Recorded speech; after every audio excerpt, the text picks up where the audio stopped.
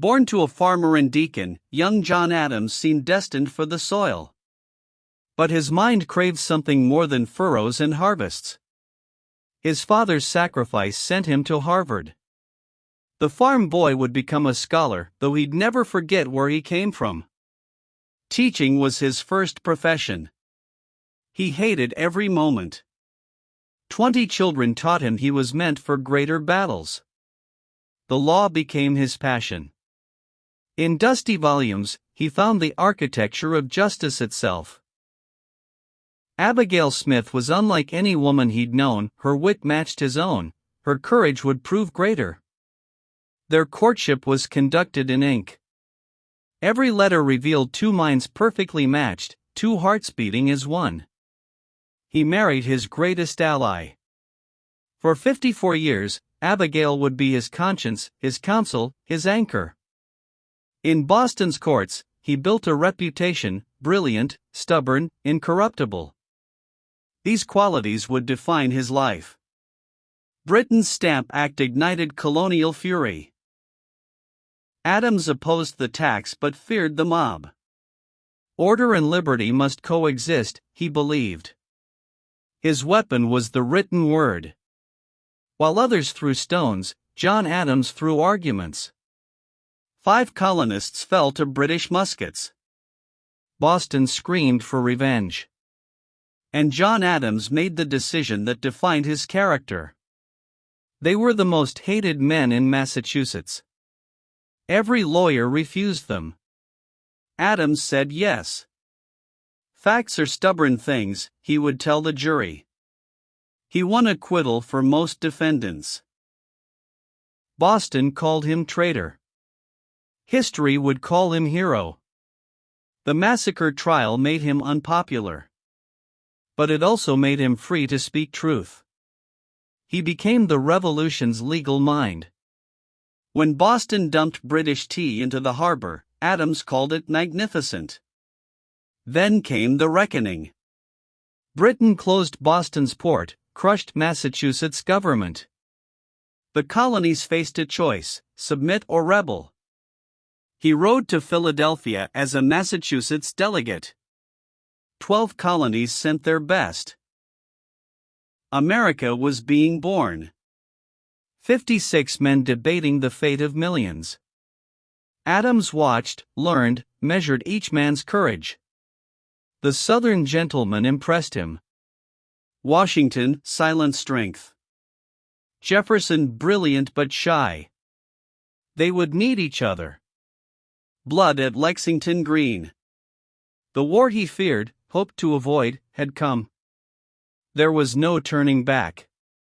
The Second Congress faced reality, they were at war. Adams became its firebrand, pushing reluctant men toward independence. Adams chose Washington to lead the army, a Northerner selecting a Southerner. Political genius and personal sacrifice. Congress demanded his presence. Duty demanded their separation. For years, letters would be their only intimacy. Day after day, Adams fought for independence. He was obnoxious and disliked, he said.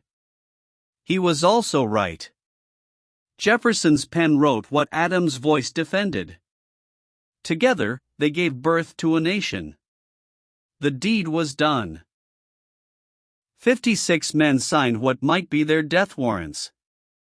Adams knew they would hang together or separately. While Washington fought, Adams organized. Ships, supplies, strategy, he served on 90 committees. The revolution's workhorse. Congress sent him to France to beg for help. He took his young son to see the world and its dangers. The crossing was hell. Storms, lightning, British warships. Adams never wavered, teaching his son courage by example. Paris dazzled and disgusted him. The frivolity, the luxury, he was a Puritan in paradise. Franklin was beloved in France. Adams was ignored. The old sage and the bristling lawyer, oil and water. France had Franklin. Adams went to Holland to beg for loans from bankers who trusted no one. 3 years abroad without her. His letters ached with loneliness. Hers sustained him with strength. After 2 years of humiliation, triumph. The Dutch recognized American independence. Adams had won. The war was won. Now to win the peace. Adams fought for every acre, every fishing right, every dollar. 5 years of separation ended. At last, his anchor returned. Together, they would face the old enemy from its capital. He faced the king who'd tried to hang him. George III received the first American ambassador. Both men played their parts with dignity. 3 years of subtle contempt. British society never let them forget they were colonials who dared to rebel. After a decade abroad, home. The country he'd left at war was now at peace, building itself anew. Washington won unanimously. Adams came second. The prize? The most insignificant office ever conceived, he called it. 8 years presiding over the Senate. His only power, breaking ties. His greatest burden, silence. Political parties were forming.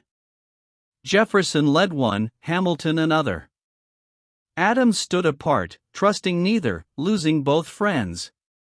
By 3 electoral votes, he became president. Jefferson, his rival, became his vice president. The Revolution's friendship was over. Following Washington was impossible. The father of the country stepped down. The difficult son took his place. France demanded bribes to negotiate.